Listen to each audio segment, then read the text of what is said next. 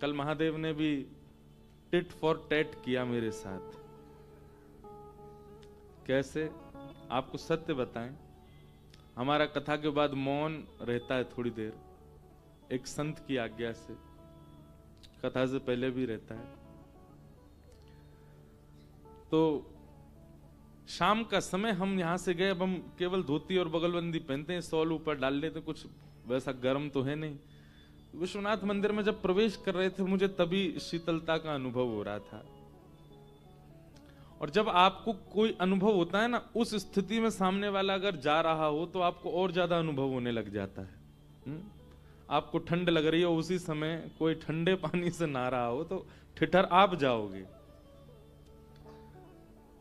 तो हमसे कहा भी, महाराज जी शायद अभिषेक भी, मैंने कहा नहीं अभिषेक नहीं मिले, मौन तो था, मैंने कहा आरती कर लेंगे, बस प्रणाम कर लेंगे, अभिषेक क्या कर रहे हैं, इतना ठंड हो रहा है। तो बोले नहीं, अब आरती का समय है तो अभिषेक तो नहीं होगा, आप केवल दर्शन। मैंने हाँ ये बढ़िया। गए, जैसे ही महादेव के सामने पहुंचे, इतने में एक पुजारी जी लिया, लो महाराज जी लो जल चढ़ाओ। अब जल चढ़ाते समय मुझे लग तो रहा था, मैंने कहा महादेव मुझे क्षमा कीजिएगा, आपने अपना औरा ही ऐसा बना रखा है। जल चढ़ाया, तब मुझे हुआ कि चलो केवल जल ही होगा, नहीं फिर तो पंचामृत आए हैं, दही लो, घी लो। अच्छा, सुख भी बहुत मिल रहा है कि महादेव को स्पर्श कर रहे हैं, अभी कथा सुना करके सीधे आए हैं और सीधे महादेव को अभिषेक कर रहे हैं। और मैं हर बात पे मन से क्षमा ही मांग रहा था, मुझे क्षमा कर दीजिए महादेव, पर मैं बाध्य हूं। शहद, घी, दही, शर्करा, विजिया, चंदन, रोरी सब से स्नान कराया, लेकिन मन में तनिक भाव एक आया, कोई बात नहीं, हाथी तो गीले हुए बस। इतने में ही एक गार्ड साहब लिए पाइप पूरा मंदिर धोते हुए आए और उन्होंने सीधा प्रहार किया है मेरे वक्ष पे। तो वक्ष तो महादेव के सामने था, ये बिल्कुल इंस्टेंट था, और कटी से लेकर के नीचे तक मैं पूरा गीला। ऊपर गीला हो तो इतना नहीं लगता है, अगर वक्ष पे पानी पड़ जाए, हाथ पे पड़े, सिर पे पड़े तो भी चलता है, थोड़ा पोंछ ले, अब यहां से नीचे पूरा गीला। तब मेरे भी मुख से निकला हर हर महा टिट फॉर टैट। तो मुझे लगा कि महादेव मुस्कुरा रहे होंगे, आई मजा। अद्भुत आनंद हुआ। उसके बाद हमसे कहा महाराज जी अन्नपूर्णा दर्शन, मैंने कहा कल करूंगा, आज तो नीचे जम चुका हूं पूरा। और फिर हमने मौन खोले ही दिया। महादेव कह रहे हैं यहां पर काय को अपना ये नियम चला रहे हो, लेकिन बहुत आनंद हुआ। महादेव भीगे देव है। भैया बता रहे थे कि बापू कहते हैं कि महादेव भीगे देव हैं, उनके पास जाओ वो कुछ भिगो ना दें, ऐसा हो ही नहीं सकता। पर भैया वस्त्र भिगा दिए, तन भिगा दिया, कृपा तब हो जब मन भीग जाए। उन महादेव से यही कामना करें कि किसी दिन हमारा मन भिगाइए नाथ। वो भीगे हैं, इस बात का क्या द्योतक है? भीगा मतलब सदा रस में। हमारे ब्रज के रसिक अष्ट सखा एक पद गाते हैं किशोरी जी के लिए, रसिकनी रस में रहत गढ़ी। किशोरी जी अब शुरू हुआ है तो गा ही देते हैं, हम पद पदावली ज्यादा गाते हैं कथाओं में। रसिकनी रस में रहत गढ़ी, रसिकनी रस में रहत। अब देखो गोस्वामी तुलसीदास जी महाराज को तो आप सब खूब सुनते ही हैं, क्योंकि काशी में अतिकाल तक काशी ने सबको दिया है, किसी को भी अपूर्णता नहीं रखी है, काशी ने सबको दिया है। गोस्वामी जी को प्रदान किया, श्रीमद् वल्लभाचार्य जी को प्रदान किया, चैतन्य महाप्रभु को प्रदान किया। जितने भी आचार्यों का मैं नाम लूं, कोई भी ऐसा नहीं है, सबको प्राप्ति। हमारे वृंदावन के अगर कोई यहाँ रसिक जन बैठे होंगे, उन्होंने अगर हरिराम व्यास जी का नाम सुना है, नाम सुना हरिराम व्यास जी का? हरिराम व्यास जी को वृंदावन वास काशी ने प्रदान किया है। और एक बात आप निश्चित मानिए, इस जन्म में काशी में रहने वालों ने अगर महादेव की खूब आराधना करी होगी, तो हम इस बात को प्रामाणिक रूप से कह रहे हैं कि आपका अगला जन्म ब्रज में ही होगा, आप ब्रज ही पधारोगे। क्योंकि काशी में भले ही विश्वविद्यालय है, परंतु विश्वविद्यालय से पास आउट होने वाला व्यक्ति फिर जॉब के लिए जाता है। फिर वो कहीं ना कहीं बिजनेस या अपने जॉब के लिए आगे जाता है। यहां पर यूनिवर्सिटी है, इसलिए ज्ञान भी यहीं, सरस्वती भी यहीं, विद्वान भी सबसे ज्यादा काशी में ही हुए। तो यहां आपका जन्म इस प्रकार का, इस बात का द्योतक है कि आप यूनिवर्सिटी में, आप अभी अध्ययनशील हैं। और जब यहां जन्म लेकर के महादेव का नित्य वंदन करके, गंगा स्नान करके, संत जनों का संग करके आप अपने जीवन को सार्थक करेंगे। यदि आपने सही समय पर यूनिवर्सिटी की पढ़ाई पूरी कर ली, तो हो सकता है आधे जन्म में ही आपको ब्रज जाना पड़े, लेकिन पूरा जन्म व्यतीत होगा तो जन्म के उपरांत पुनर्प्रादुर्भाव आपका ब्रज में। और सुनिए, इसमें कई लोगों के मन में संशय आ सकता है कि हम तो सोच रहे थे मुक्ति मिलेगी काशी से। वृंदावन प्राप्त होना एक प्रकार से जन्म लेना नहीं है। वृंदावन प्राप्त होना मतलब मुक्त जन्म लेना ही है। वृंदावन में जन्म लेने वाला व्यक्ति वो जन्म से ही मुक्त है। तो काशी भजने वाले को वृंदावन मिलता है, ये एक नहीं अनेक प्रमाण दे सकते हैं हम आपको। हरिराम व्यास ओरछा के राजा मधुकर शाक के कुल गुरु हरिराम व्यास इतने विद्वान थे, इतने विद्वान थे कि आपने पूरे भारत के विद्वानों को चुनौती दे रखी थी कि किसी में सामर्थ्य हो तो मुझसे शास्त्रार्थ करे। और जहां भी जाते वहां के विद्वानों को परास्त करते और उनसे विजय पत्र लिखवा करके अपने संग लेके चलते। ऐसा कहते हैं हरिराम व्यास जी का एक रथ था, उस रथ पर चारों ओर विजय पत्र ही छपे हुए थे। दक्षिण में जीत के आए, पूर्व में जीत के आए, पश्चिम में जीत के आए, इस क्षेत्र में, इस प्रांत में जीते। तब किसी ने कहा, व्यास जी आप सर्व विजयी तब माने जाओ तब काशी को जीत के आओ। तो हरिराम व्यास जी बोले ठीक है, रथ मोड़ लिया काशी की ओर। काशी की ओर जैसे ही रथ मुड़ा, बहुत ध्यान से सुनना, विद्वान तो थे, काशी के विप्र जब उनको पता चला कि हरिराम व्यास काशी आ रहे हैं, सबने उनकी महिमा तो सुनी थी। एक होता है विद्वान और एक होता तार्किक विद्वान, जो तर्क से जीत जाता है। हरिराम व्यास जी तार्किक विद्वान थे, मतलब कैसे भी जीतना है। काशी के विद्वान सब विश्वनाथ भगवान के पास गए और कहा, भगवान ये नगरी आपकी है, आप इसके रक्षक हैं, आप इसके स्वामी हैं। अगर यहां हरिराम व्यास आकर के हमें हरा जाते तो हमारी हार नहीं होगी, आपकी हार होगी। कृपा करके ब्राह्मणों की रक्षार्थ कुछ कीजिए। और हरिराम व्यास जैसे ही काशी आए, सबसे पहले उनसे मिलने के लिए एक दीनहीन ब्राह्मण का रूप धारण करके महादेव गए। एक दीन से ब्राह्मण का रूप धारण किया और हरिराम व्यास जी के शिष्यों से जाकर के कहा, व्यास जी से कहिए हम उनसे मिलना चाहते हैं। भले ही दीन ब्राह्मण बन के गए, पर ललाट का तेज बता रहा था कि अति विद्वान होगा कोई। हरिराम व्यास जी ने कहा, बुलाइए भीतर, कोई शास्त्रार्थ करने आया है। और महादेव एक दीन ब्राह्मण का रूप धारण करके भीतर गए, दंडवत प्रणाम किया। कहिए विप्रवर, किस विषय पर शास्त्रार्थ किया जाए? महादेव बोले, हम तो अज्ञानी हैं, हम तो आपसे पराजय हो ही जाएंगे, हम अपनी पराजय स्वीकार ही कर रहे हैं। पहले आपको विजय पत्र चाहिए, हम लिख के अभी दे दे रहे हैं आपको, हम अपनी हार स्वीकार करते हैं। पर हमारा एक प्रश्न है, उसका उत्तर आपसे जानना चाहते हैं, एक संशय है। हरिराम व्यास जी बोले बोलो। महादेव कहते हैं ये बताइए विवेक किसको कहते हैं?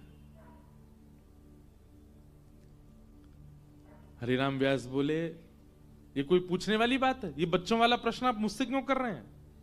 बोले नहीं बस बताइए ना, बच्चे वाले प्रश्न का ही उत्तर दे दीजिए। विवेक किसको कहते हैं? हरिराम व्यास जी बोले सही गलत की पहचान को विवेक कहते हैं। सद और असद का ज्ञान जिसको हो जाए उस व्यक्ति को विवेक ही कहा जाता है।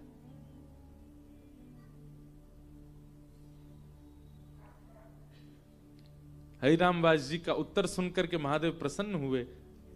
व्यास जी बोले मुस्कुरा क्यों रहे हैं, बताइए आगे। बोले मैं यही जानना चाहता हूं, सद और असद का ज्ञान जब विवेक है तो क्या वो विवेक आपको प्राप्त हो गया? क्या आप उस विवेक से युक्त हो गए हो? व्यास जी तो तिलमिला गए, तुम कैसी बात कर रहे हो मुझसे? बोले आप ज्ञानी क्यों बने हो?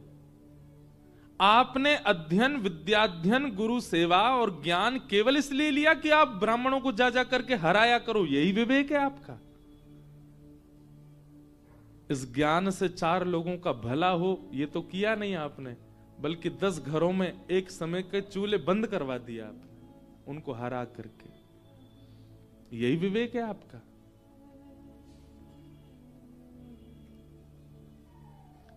हरिराम व्यास जी को शब्दों में कुछ गहराई दिखी, तुरंत हाथ पकड़ लिया। बोले तुम कोई सामान्य ब्राह्मण तो नहीं हो, अपने रूप में आओ, कौन हो? आहा, इतने में ही चिदानंद रूप शिवोहम शिव महादेव प्रकट हो गए। पंचवक्रम त्रिनेत्रम, चरणों में प्रणाम किया। हरिराम व्यास जी के नेत्र सजल हो गए। बोले महादेव मेरी विद्या का फल आज मुझे प्राप्त हुआ कि आप मुझे मिले। महादेव बोले नहीं, मेरी प्राप्ति तुम्हारी विद्या का फल नहीं है। तो बोले अपने रूप को पहचानो, आप सामान्य नहीं है हरिराम व्यास, आप श्री राधा कृष्ण की नित्य लीला की अनन्य सहचरी विशाखा हो। ललिता जी तो व्रजमंडल में आ चुकी हैं स्वामी श्री हरिदास जी के रूप में, अब आपका आगमन हुआ है। अपने विद्या से अपने ज्ञान से लोगों को परास्त मत करो, लोगों को दुखी मत करो, उस अनन्य रस का बखान करो जिस रस को वृंदावन में प्रकट किया है किशोरी जी ने। आप विशाखा हो, अभी इसी वक्त वृंदावन की ओर चले जाइए और वहां जाकर के उस नित्य लीला का रसिक जनों के लिए गान करना प्रारंभ कीजिए। और महादेव के वरद हस्त से हरिराम व्यास जी एक क्षण भी नहीं रुके, फिर और सीधे वृंदावन आ गए और कभी वृंदावन छोड़ करके नहीं गए। तो काशी का भजन वृंदावन की प्राप्ति करता है, वृंदावन दिलाता है। हो ना हो, हमने शायद, मेरा पूर्व जन्म काशी का ही रहा होगा, इसीलिए इस जन्म में वृंदावन में है महादेव की कृपा से। ये बात एक नहीं, मैं 1,00,000 बार कहूंगा, अंतिम श्वास तक कहूंगा कि राधा कृष्ण के जो प्रेम प्रकट होता है वो महादेव की कृपा से ही होता है। उनकी कृपा के बिना आपको सामान्य प्रेम का दर्शन होगा, पर महादेव की कृपा होगी। और यदि कोई श्री जी का, ठाकुर जी का प्रेम गा रहा होगा, नेत्र पुलकित हो जाएंगे, हृदय झूमने लगेगा, रोम रोम नृत्य करेगा, तब समझिएगा कि महादेव की बहुत कृपा है आपके ऊपर, तभी आपका ऐसा भाव बना। तो हम पद गा रहे थे, गोस्वामी जी को तो बहुत सुना आपने, पर अष्ट सखाओं को सुनिए। कुंभन दास जी गा रहे हैं, शब्द समझिएगा। रसिकनी रस में रहत गढ़ी, रसिकनी रस में रह, सब गाओ। रसिकनी रस में रहत गढ़ी, रसिकनी रस में रहत गढ़ी। कनक बेली वृष भानु नंदनी, कनक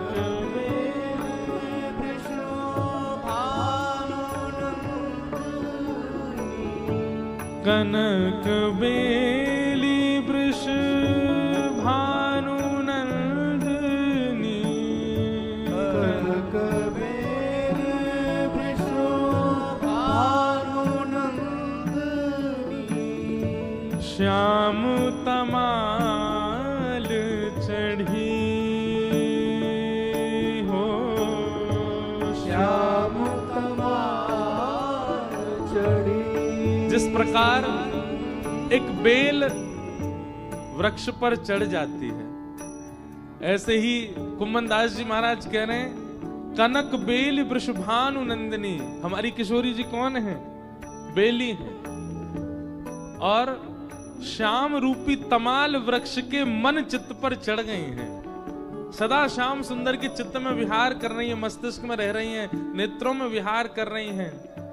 श्याम तमाल चढ़ी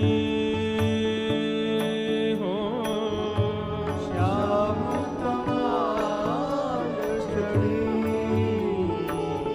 रसिकनी रस में रहत गड़े,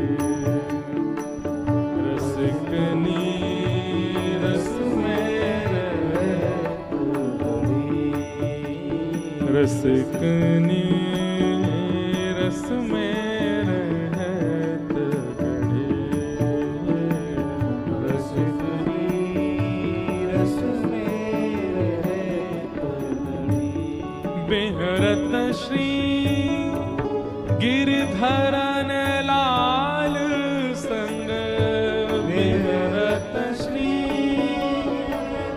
धरन लाल संग, बेहरत श्री गिरधरन लाल संग, बेहरत श्री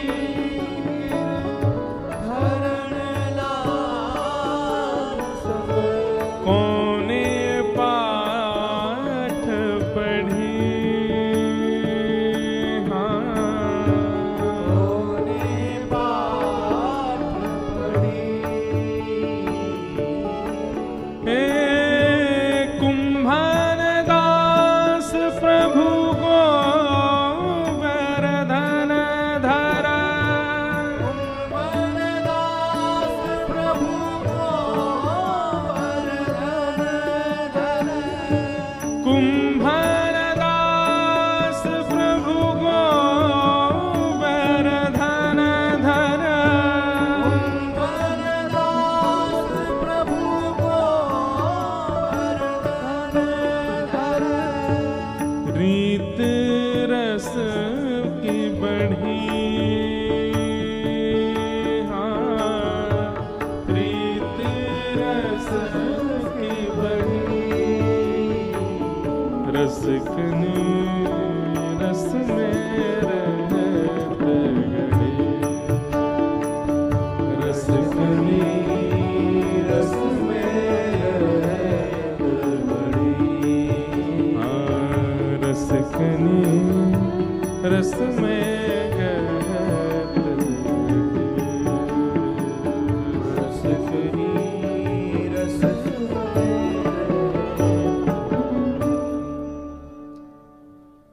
ये हमारे ब्रज का साहित्य है।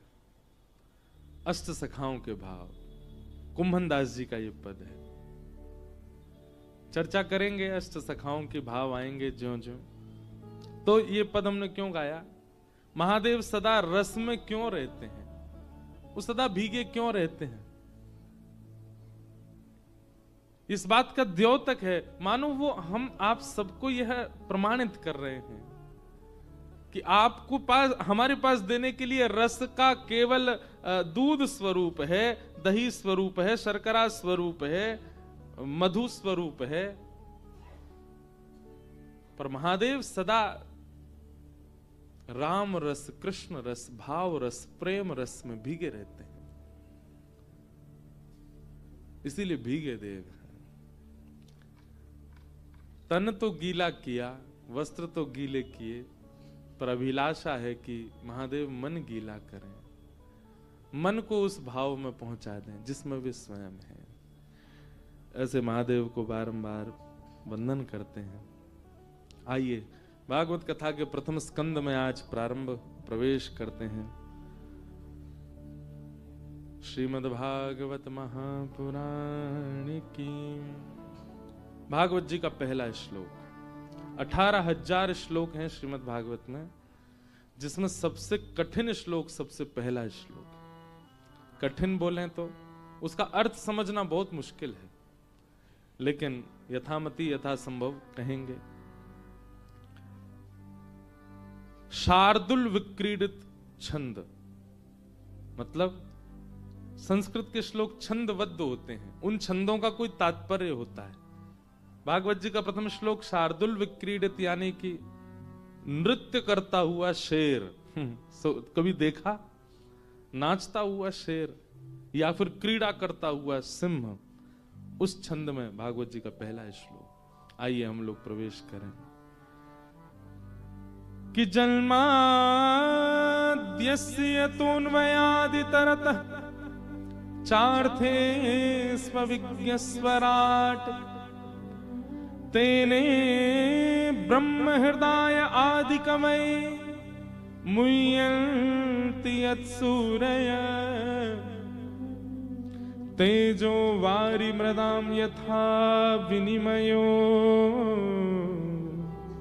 यत्र त्रिसर्गो मृषा धाम्ना स्वेन सदा निरस्तकुहकं सत्यं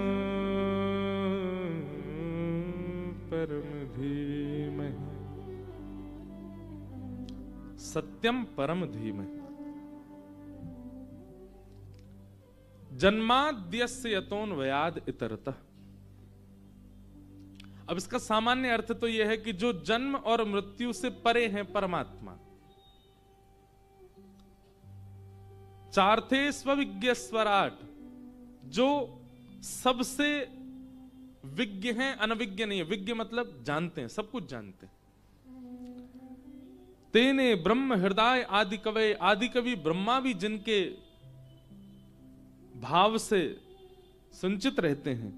मुह्यन्ति यत् सूरयः, बड़े बड़े देवताओं को भी जो अपनी लीला पर मोहित कर लेते हैं। तेजो वारि मृदाम यथा विनिमयो, पृथ्वी जल अग्नि वायु आकाश जिनका कुछ बिगाड़ नहीं सकती, क्योंकि उन्हीं से ही निर्मित होती हैं ये पंच तत्व।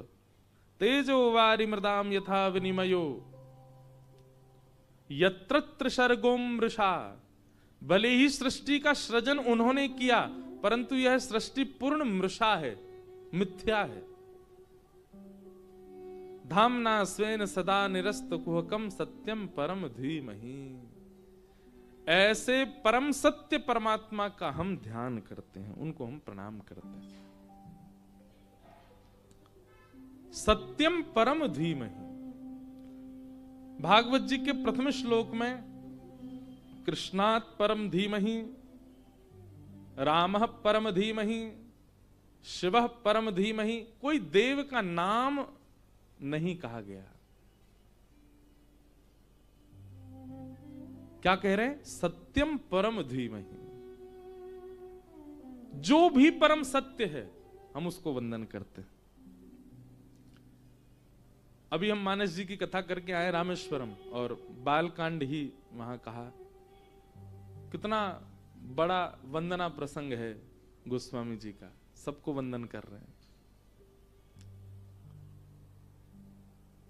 वंदना प्रसंग में ही 2 दिन का समय लगे, अगर एक एक भाव विस्तार से कही जाए और विस्तृत कहा जाए तो पूरी कथा ही वंदना प्रसंग में हो जाए, इतनी वंदना है। परंतु भागवत जी में केवल एक श्लोक है वंदना का। इसके पीछे कारण क्या है? भागवत के रचनाकार वेदव्यास हैं, यानी वो स्वयं भगवान हैं। उनको अपने आत्म कल्याण की इतनी चिंता नहीं है। उन्हें विश्वास है कि मैं कल्याण करने वाला हूं, मुझे अपने कल्याण की चिंता क्यों, इसलिए एक ही श्लोक में कह दिया। परंतु गोस्वामी जो हम आप सबके प्रतिनिधि हैं, हम आप सबके आगे मॉनिटर हैं गोस्वामी जी।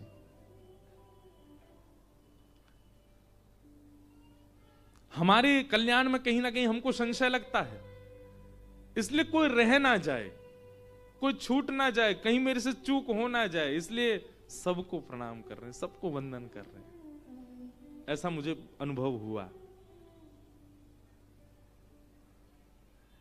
इसलिए कहीं भागवत जी के मंगलाचरण को सुनकर के आप ये ना सोचें कि व्यास जी ने भी तो एक ही बार वंदना करी, हम भी एक ही, नहीं, सबको वंदन करो। सिया राम मैं सब जग जाने करहूं प्रणाम।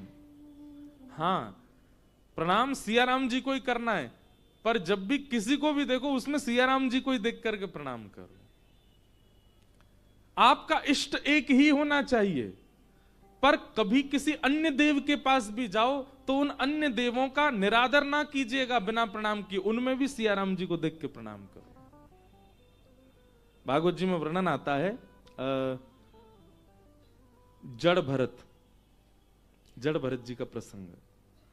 तो जड़ भरत जी पर जब उनको बलि चढ़ाने के लिए ले गए, बहुत सुंदर कथा है जड़ भरत जी की। तो जब उनको बलि चढ़ाने के लिए ले गए तो काली मैया के सामने हाथ पांव बांध करके जड़ भरत जी को बैठा दिया।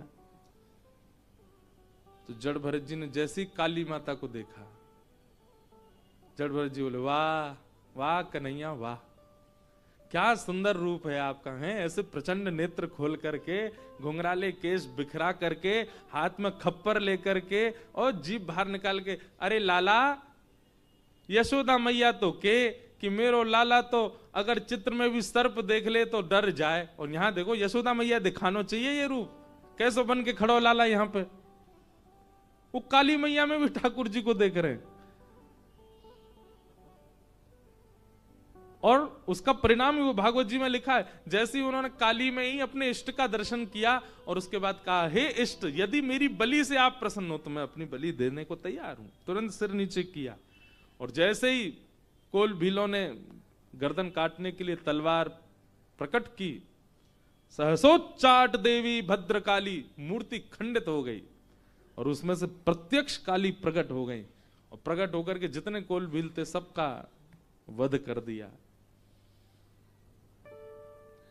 थोड़ी देर बाद जड़ भरत जी ने देखा अभी तक गर्दन कटी नहीं हमारी, ऊपर उठ करके जब चारों ओर देखा तो काटने वालों की कटी पड़ी थी, और सामने साक्षात भद्रकाली प्रकट रूप से खड़ी हैं। जड़ भरत जी कहते हैं, लाला तेरी बड़ी कृपा, तेने मुझ को जीवन दान दियो, लेकिन लाला मुझ को तेरे यार रूप तो बहुत भय लग रहा हो, तो मैं तो अभी प्रणाम करके जा रहा हूं, अगली बार ऐसा मत आइयो, रूप बदल के आइयो। चाहे किसी का भी दर्शन करें आप, उसमें अपने इष्ट का दर्शन करो, इष्ट का भाव रखो। हम महादेव को भी वंदन करते हैं ना।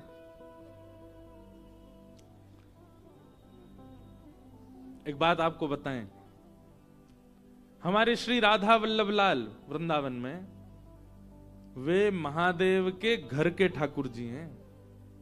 जैसे हमारे घर के ठाकुर जी हैं जिनकी हम स्वयं आराधना अर्चना स्वयं श्रृंगार करते हैं, ऐसे ही महादेव के स्वयं अर्चना जिन ठाकुर जी की करते हैं वही श्री राधा वल्लभ लाल जी विराजते हैं वृंदावन में। आप महादेव के सामने जाके नमः पार्वती कहो, हर हर कहो।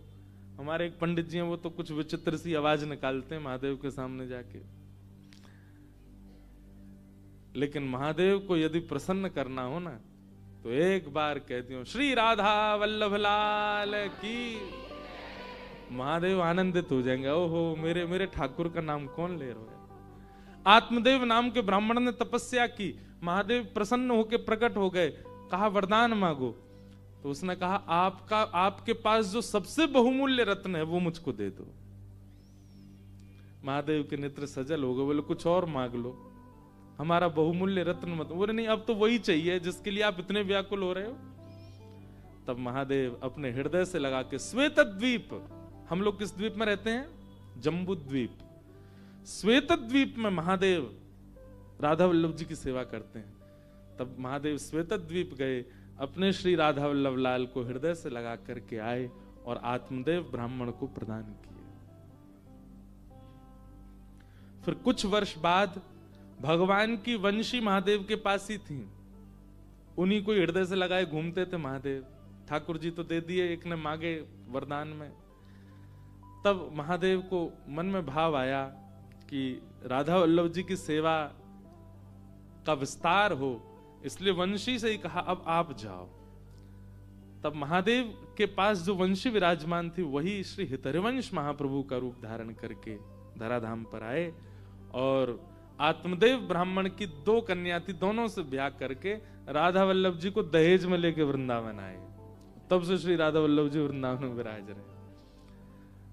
आज भी राधा वल्लभ जी का एक नियम है, राधा वल्लभ जी का जब मंगला दर्शन करने आप जाओगे ना, तो राधा वल्लभ जी रात्रि में शयन तो करते हैं सामान्य वेशभूषा में, मतलब जो ठाकुर जी के वस्त्र पीतांबरी आदि पहन के, पर सुबह जब मंगला दर्शन होता है राधा वल्लभ जी का, तो राधा वल्लभ जी अलग अलग वस्त्रों में मिलते हैं। उसके पीछे भाव क्या है?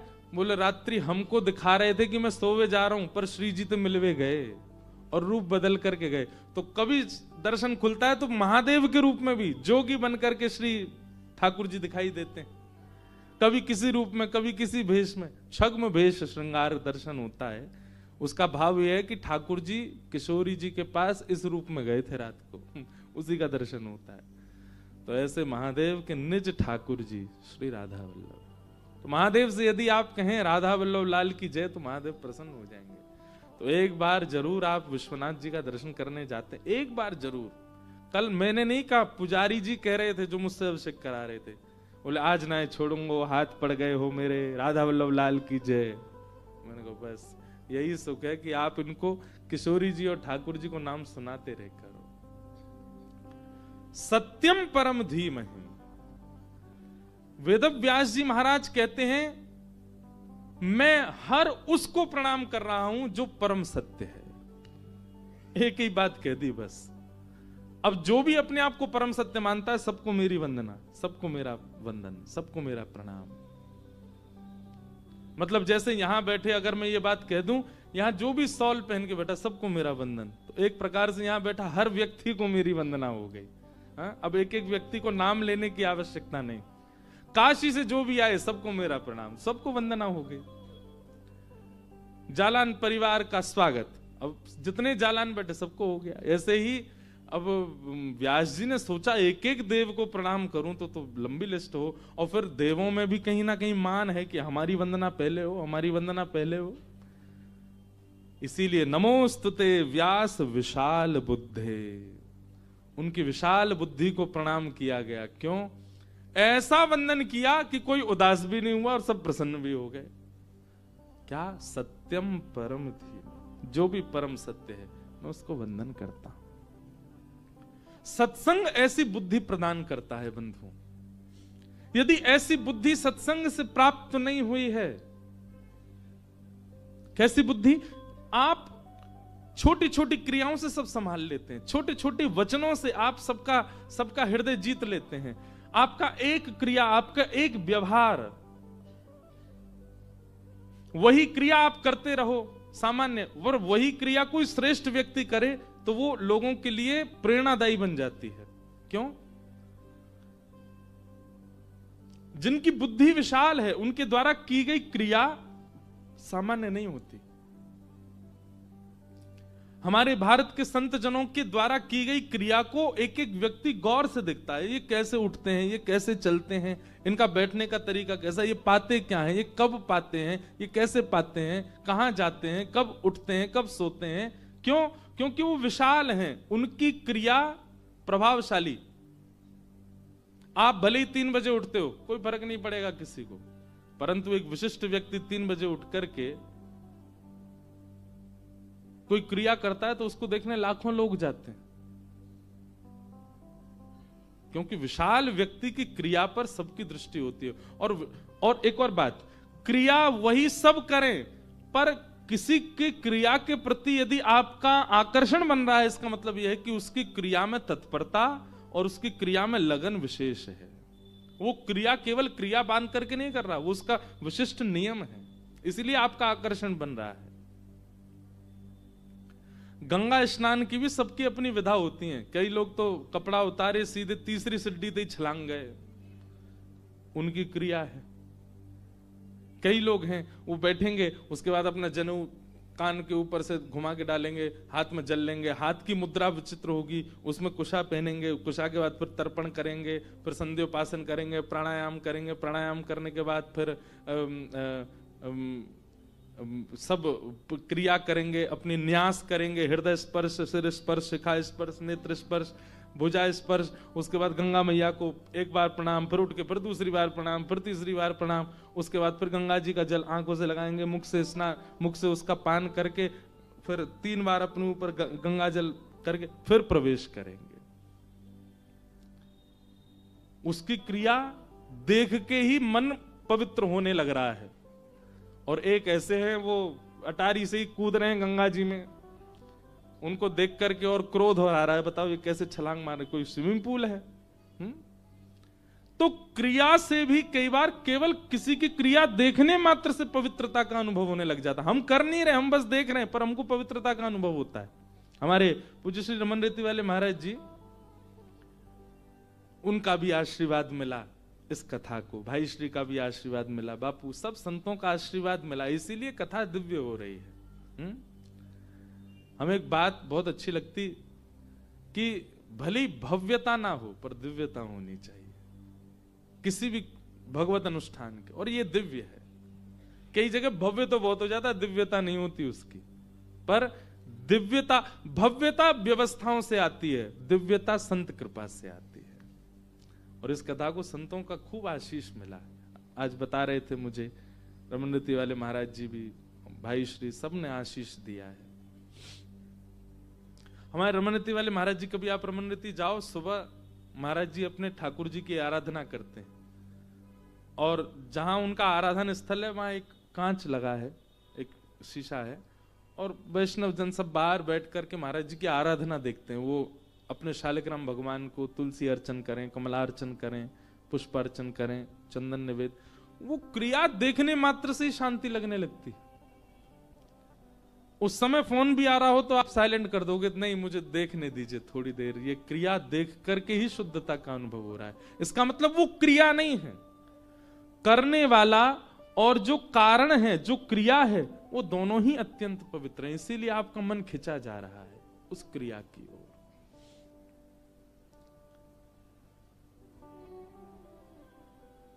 नमोस्तुते व्यास विशाल बुद्धे, जिन्होंने केवल एक पंक्ति में सबको प्रणाम कर दिया। व्यास जी जब कलम उठाए भागवत जी लिखने के लिए, 33 कोटि देवता आकाश से देख रहे हैं, और सबके मन में यह भाव है कि भागवत सबसे बड़ा ग्रंथ है भारत भूमि का, और इस ग्रंथ में किसके नाम को पहले अंकित किया जाएगा। व्यास जी तुरंत समझ गए, अगर एक भी नाम अंकित हुआ तो पूरा ग्रंथ उसी पक्ष में चला जाएगा। इसलिए व्यास जी जन्माद्यस्य तोन्वयादितरतश्चार्थे सुविज्ञस्वराट् तेने ब्रह्म हृदय आदि कवये मुह्यन्ति यत्सूरयः तेजो वारिमृतां यथा विनिमयो यत्र त्रिसर्गो मृषा धाम्ना स्वेन सदा निरस्तकुहकम्। सबकी क्यूरियोसिटी बढ़ रही है, अब हमारा नाम आएगा। तुरंत व्यास जी कहते हैं, सत्यम परम धीमहि, जो भी परम सत्य है मैं उसको वंदन करता हूं। कोई उदास नहीं हो सकता इस बात से, और कोई विशेष प्रसन्न भी नहीं, सब सम हो गए। ठीक है, इन्होंने तो कहा जो भी परम सत्य है। यही हुआ गजेंद्र मोक्ष स्तुति में, आपने सुनी है? जब गजेंद्र को ग्राह ने पकड़ा, त्रिकूट नाम के पर्वत में एक गजेंद्र रहता था। ये पहले इंद्रद्युम्न नाम का राजा था, अभी शुरू हुआ तो आज कह ही देते हैं। इंद्रद्युम्न नाम के राजा थे कौन? ये पूर्व में गजेंद्र ही। इनसे एक अपराध बना था, और वो अपराध क्या था? ये अपने ठाकुर जी की सेवा कर रहे थे, और उसी समय किसी संत का आगमन हुआ। सेवा आधी ही हुई थी और तभी संत का आगमन हो गया। तो इन्होंने अपने सब सेवक जनों से कहा, संत से कहिए थोड़ी देर प्रतीक्षा करें, मैं सेवा करके फिर आता हूं। और उसमें तनिक एक अभिमान भी था कि अपने ठाकुर जी को थोड़ी छोड़ जाऊंगा कोई संत आ जाए तो। केवल ये अपराध था इनका। इससे सीखने को मिल रहा है आपको कुछ? आपके कितने भी नियम हो, नियम दो लोगों के सामने नहीं होते। एक वो जिससे आपका बहुत प्रेम है, एक वो जो भगवत प्राप्त है। और क्षमा कीजिए, आप यदि अपने नियम का पालन इन दो के सामने भी कर रहे हैं तो वो नियम कहीं ना कहीं आपका पाप बन जाएगा। बहुत ध्यान से सुनिएगा इस बात को। आप किसी नियम में व्यवस्थित हैं, चाहे वो कोई भी है, लेकिन ये दो प्रकार के महापुरुष आपके सामने आ जाएं, एक वो जिससे आपका बहुत प्रेम है, प्रेमी के सामने भी नियम रखा जाए तो फिर प्रेम कैसा, वहां तो तोड़ना पड़ता है। और दूसरा, कोई भगवत प्राप्त महापुरुष आपके सामने आ जाए तो भी आपको नियम अपना नहीं रखना चाहिए, उनके सामने उस नियम को थोड़ी देर के लिए विसर्जन करो।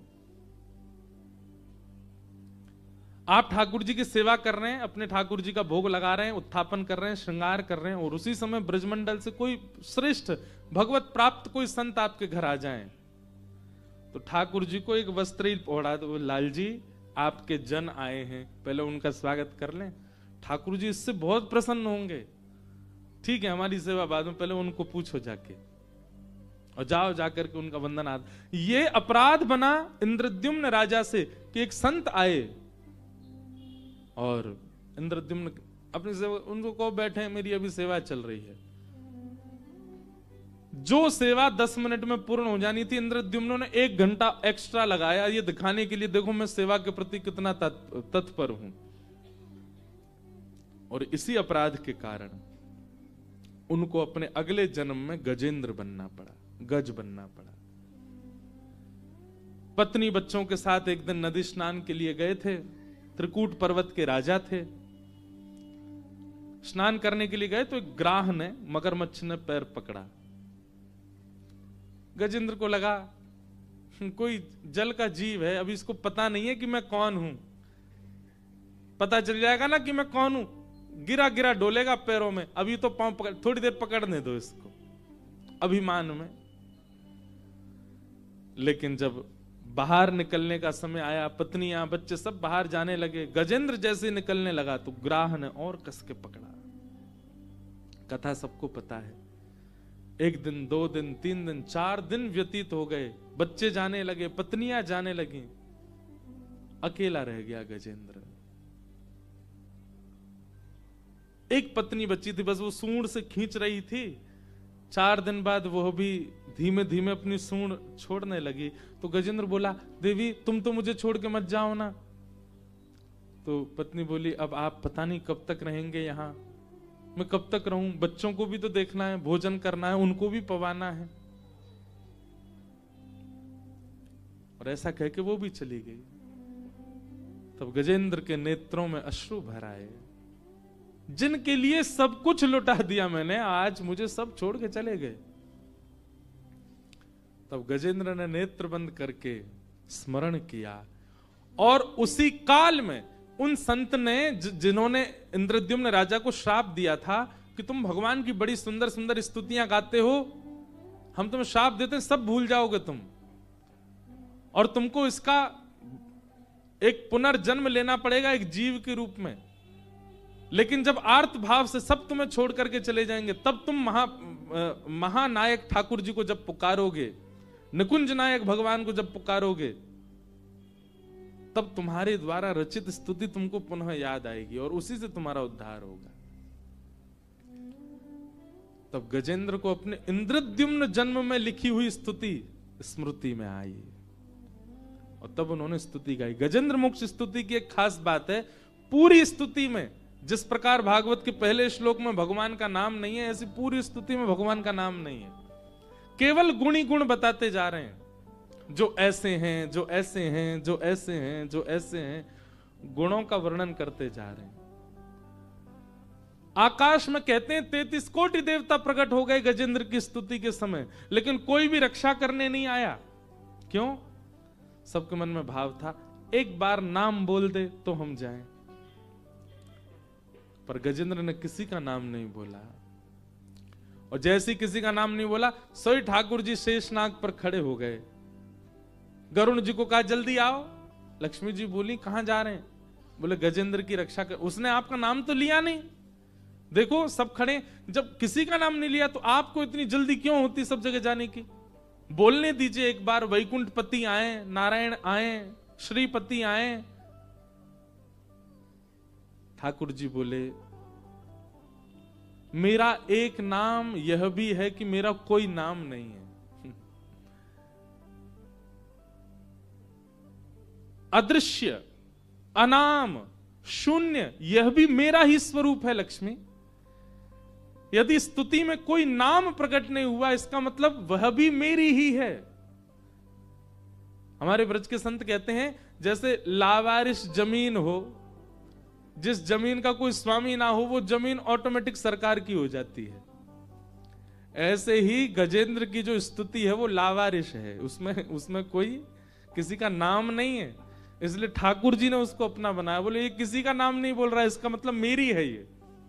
और जैसे ही भगवान गरुण पर आरूढ़ होकर के गजेंद्र की रक्षा करने गए, पूरी स्तुति में गजेंद्र ने नाम नहीं बोला है, लेकिन जैसे ही ठाकुर जी रक्षा के लिए पधारे, तुरंत गजेंद्र ने उस सरोवर में एक कमल था, उसको अपनी सूंड से तोड़ करके आकाश की ओर प्रस्तुत किया। और तब अंत में कहता है नारायण खिल गुरो भगवन नमस्ते। इस अखिल ब्रह्मांड के जो गुरु हैं नारायण, मैं उनके चरणों में वंदन करता हूं। तब भगवान ने आकर के गजेंद्र की रक्षा की।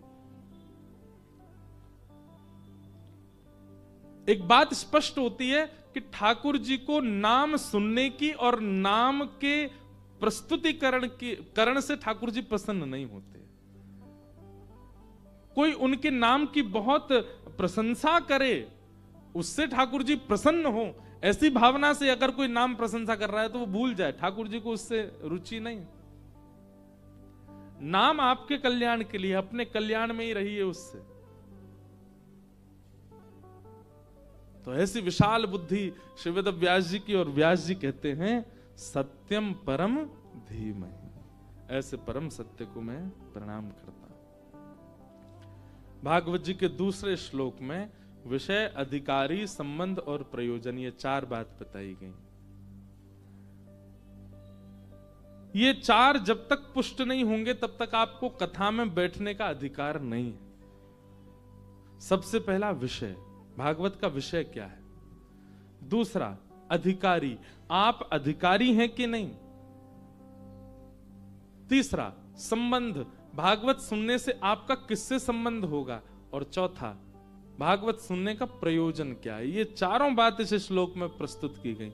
ध्यान से सुनिए कि धर्म प्रोजित कैतवोत्र परमो निर्मत्सराणां सतां वैद्यं वास्तवमत्र वस्तु शिवदं तापत्रयोन्मूलनम् श्रीमद्भागवते महामुनिकृते किं वा परैरीश्वरः सद्यो हृद्यवरुध्यते त्रिकृतभिः शुश्रूषुभिस्तत्क्षणात्। भागवत जी के जो श्लोक है ना, ये सारे संस्कृत ग्रंथों में सबसे कठिन है। क्यों? क्योंकि भागवत जी की श्लोकों की रचना वेद व्यास जी ने कैसे की है पता है? समाधि में जाकर के। समाधि में जाकर के कोई व्यक्ति लिख सकता है? इसका मतलब क्या है? वेद व्यास जी जब समाधि लगाए थे तब खाली पन्ने हैं और कलम उठा करके समाधि में बैठे, और समाधि से जब उठे तब तक भागवत रचना हुई। इसका मतलब यही है कि भागवत की रचना के, भागवत के जितने भी श्लोक हैं स्वयं श्री कृष्ण ने उद्भव किए हैं। इसलिए एक अलग प्रकार की संस्कृत भाषा है भागवत की। इसलिए विद्वान कहते हैं कि विद्वान की परीक्षा भागवत से है। भागवत जी के श्लोक अद्भुत है। अब सबसे पहली बात विषय। भागवत जी का विषय क्या है? तब कहते हैं धर्म प्रौजित कई तवोत्र परमो। सावधानी से सुनिएगा, सुनने वाले श्रोता के चित्त में परम धर्म का उद्दीपन होना, यही भागवत का विषय है। परम धर्म का मतलब क्या होता है?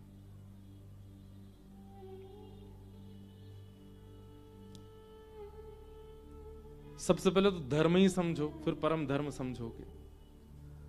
धर्म का मतलब सबका कल्याण, और परम धर्म का मतलब अपनी आत्मा का कल्याण। जो जीवात्मा इस देह के भीतर विराजमान है, उसके कल्याण के मार्ग पर चलना, इसी को परम धर्म कहते हैं। आप सबका उद्धार करो, सबकी सेवा करो, सबका कल्याण करो, पर सबके कल्याण में आपकी इच्छा क्या होनी चाहिए कि मेरी आत्मा का कल्याण हो। इसी को परम धर्म कहते हैं। फ्लाइट में अब तो कोई इंस्ट्रक्शन सुनता नहीं, पर उसमें एक बात कही जाती है,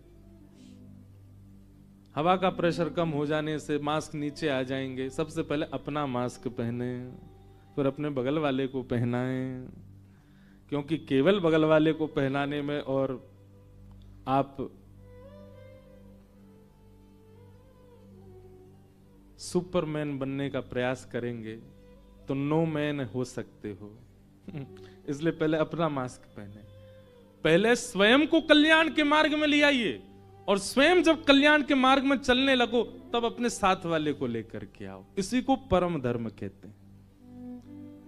आजकल एक बहुत विचित्रता आ गई है, जब से सोशल मीडिया का टाइम आया, खुद का तो कल्याण हो नहीं रहा है, खुद तो नाम जप करते नहीं है, खुद तो वृंदावन केवल रील बनाने गए हैं, पर पूरी दुनिया को कहेंगे तुम भी आओ। वृंदावन नहीं आए, तुमने ये नहीं किया तो क्या किया, तुम बरसाने नहीं गए तो तुम काशी में जाकर के महादेव के आगे त्रिपुंड लगा करके, महाराज गले में जो त्रिशूल पहन करके लोगों के बड़े अद्भुत अद्भुत दर्शन होते हैं सोशल मीडिया पे।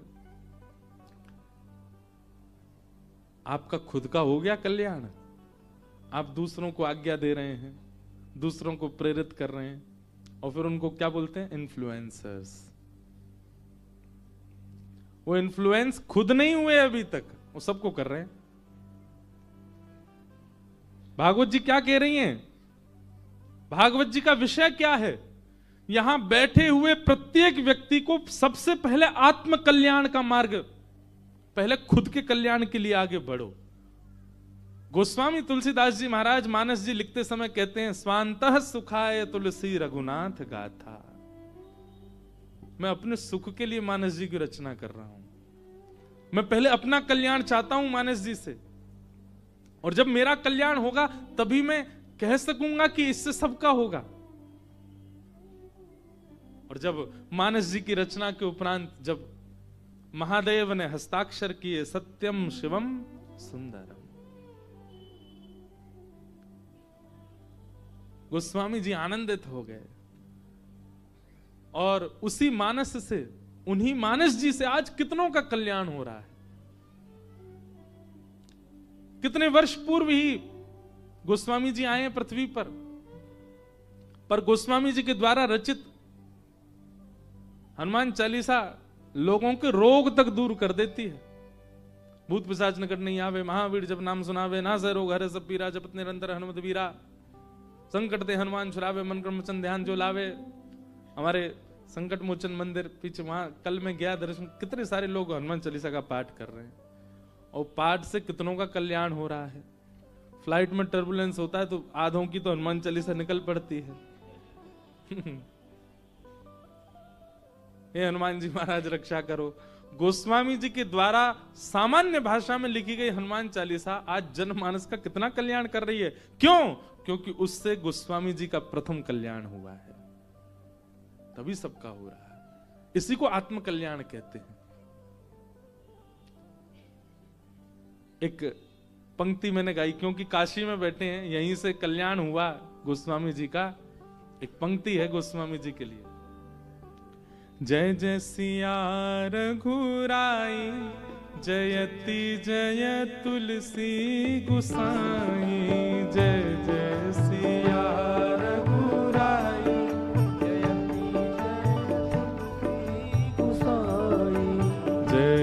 सिया रघुराई जयति जय तुलसी गुसाई।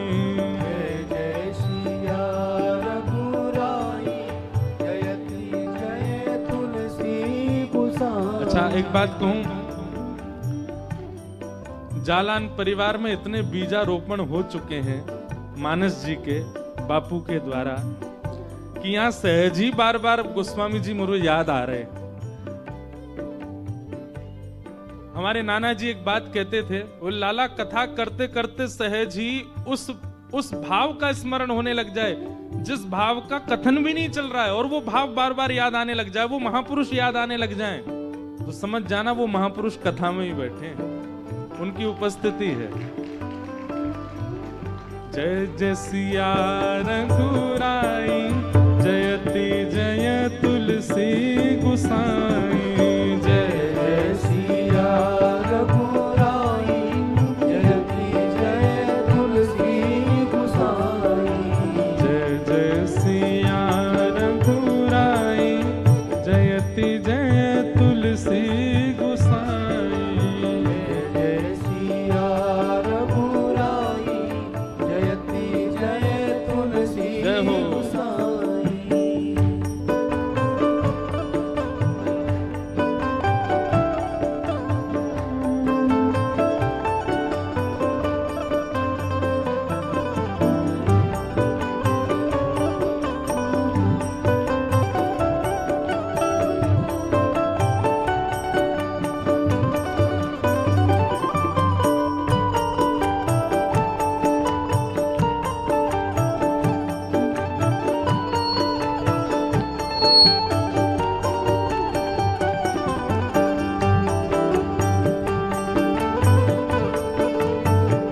सियावर रामचंद्र भगवान की।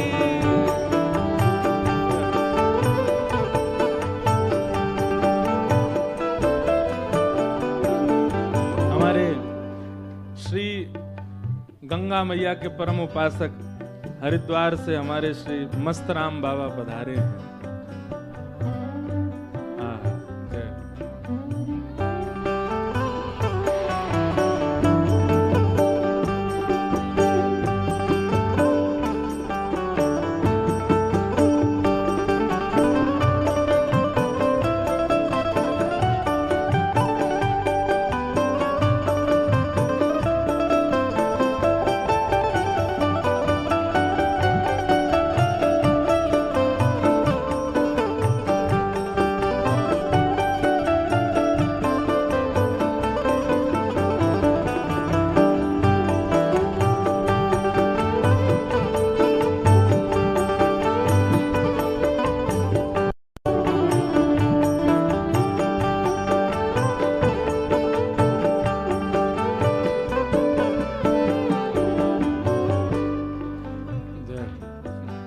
बहुत सुंदर पंक्ति है। आगम निगम पुराण निचोड़े, आगम निगम पुराण निचोड़े। आगम निगम पुराण निचोड़े। आगम निगम पुराण निचोड़े। अद्भुत करी कवताई जयति जय तुलसी गुसाई। अद्भुत करी कवताई जयति जय तुलसी गुसाई। अद्भुत करी कवताई जयति जय तुलसी गुसाई। अद्भुत करी कवताई जयति जय तुलसी गुसाई। छंद सोरठा सुंदर दोहा। छंद सोरठा सुंदर दोहा। छंद सोरठा सुंदर दोहा। छंद सोरठा सुंदर दोहा। और रुचि रुचार चौपाई जयति जय तुलसी गुसाई। रुचि रुचार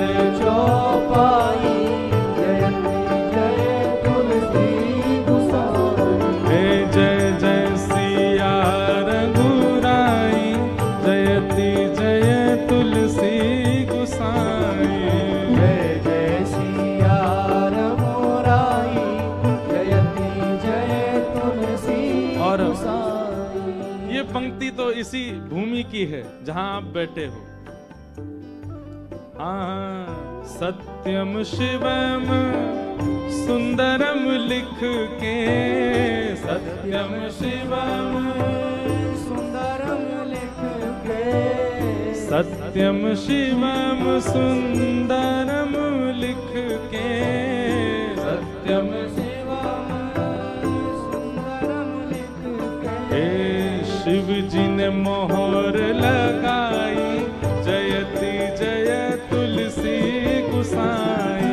शिव जी ने मोहर लगाई, जयति जय तुलसी गोसाई। जय जय सिया रघुराई, जयति जय तुलसी गुसाई। जय जय सिया रघुराई, जयति जय तुलसी गोसाई।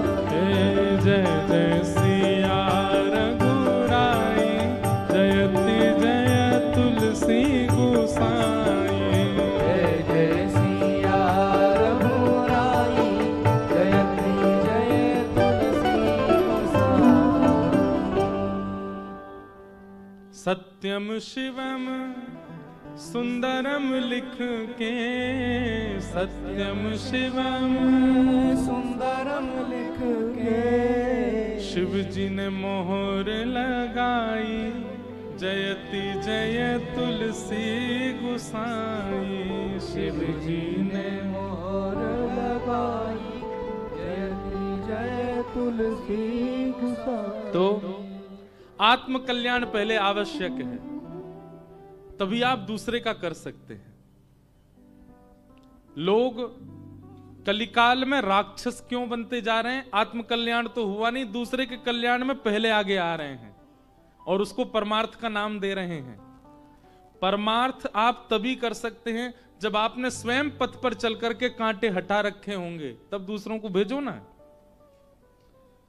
इसलिए भागवत जी के प्रथम श्लोक में कहा, धर्म प्रउजित कई तबोत्र परमो। अब देखिए एक बात सुनिएगा, सब लोग इधर देखो। क्या रावण ज्ञानी नहीं था? क्या रावण विद्वान नहीं था? क्या रावण नित्य शिवाराधना नहीं करता था? क्या रावण नित्य त्रिपुंड नहीं लगाता था? सारी क्रम करता था, आत्म कल्याण नहीं किया था, इसलिए उसका ज्ञान किसी का कल्याण नहीं कर पाया।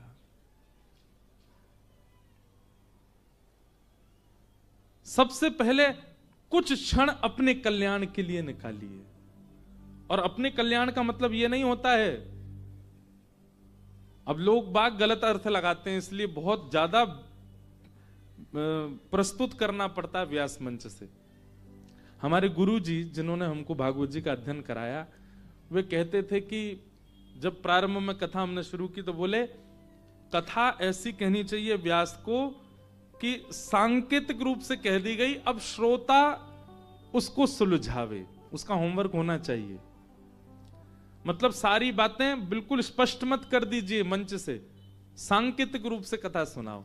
पर अभी कुछ दिन पहले हमारे गुरु जी की आज्ञा हुई, सुनो सांकेतिक मत करो कथा। क्यों? ये कुछ भी अर्थ लगाते हैं लोग, इसलिए क्या करो, बोले विस्तृत करो। अब बोले अब चीज को वहीं मंच से ही खोल दिया करो। अब ये हम हंस तो गए इस बात पर ये चिंता का विषय है। ज्यों ज्यों कलयुग आगे जा रहा है, हम सांकेतिक शब्द, सांकेतिक चर्चा को भूलते जा रहे हैं। अब हमको विस्तृत चर्चा चाहिए। अब आत्म कल्याण का अर्थ यहां बैठे कई लोग ये लगा सकते हैं कि भाई विश्वनाथ जी दर्शन करने जाओ, जितने लाइन में लोग खड़े, इनका नहीं, पहले मुझे होने चाहिए। ये आत्म कल्याण महाराज जी बता रहे थे। ये पीछे हटे, इनसे पहले मैं कर लूं दर्शन। सामने वाली माता जी दूध लेकर के जा रही है महादेव पर चढ़ाने के लिए, इनसे पहले मेरी बूंद पड़ जाए महादेव पर, ये आत्म कल्याण है? नहीं। इन चीजों को आप आत्म कल्याण के रूप में मत लीजिएगा, ये आत्म कल्याण नहीं है। ये तो प्रतिस्पर्धा का भाव आ जाएगा आपके चित्त में। आत्म कल्याण का तात्पर्य है सत्संग से। अब सत्संग में आप क्या कर रहे हो? सब जाओ कथा सुनो, सब जाओ, सब हम बाहर खड़े हैं ना, सब जाओ आपकी व्यवस्था में खड़े हैं। ये नहीं, पहले आके खुद बैठ जाओ, बाकियों की व्यवस्था कर दो, सब आके बैठ जाना, जहां जगह मिले हम अपना कल्याण करें, कथा श्रवण करें, आप लोग अपना करो, ये आत्म कल्याण है। ये आत्म कल्याण है। सत्संग के भाव से जहां तन की बात आए वो आत्म कल्याण नहीं है, जहां मन के परिवर्तन की बात आवे वो आत्म कल्याण है। तन की स्थिति जहां प्रकट हो रही है वो आत्म कल्याण नहीं है, मन की स्थिति जहां है वो आत्म कल्याण है। उसमें आप आगे रहिए, करिए अपना कल्याण। तो भागवत जी का विषय क्या है? धर्म प्रोजित कैत्रवोत्र परमो। पहले अपना कल्याण, और ये आत्म कल्याण की स्थिति अगर आपकी नहीं बनी है अभी तक, आप कथा सुनना प्रारंभ कीजिए, सप्ताह कथा श्रवण करती आपका आत्म कल्याण करने का भाव प्रकट हो जाएगा, आप आत्म कल्याण करने लगेंगे। तो भागवत जी का विषय क्या है? परम धर्म के मार्ग पर श्रोता को पहुंचाना, यह भागवत का विषय है।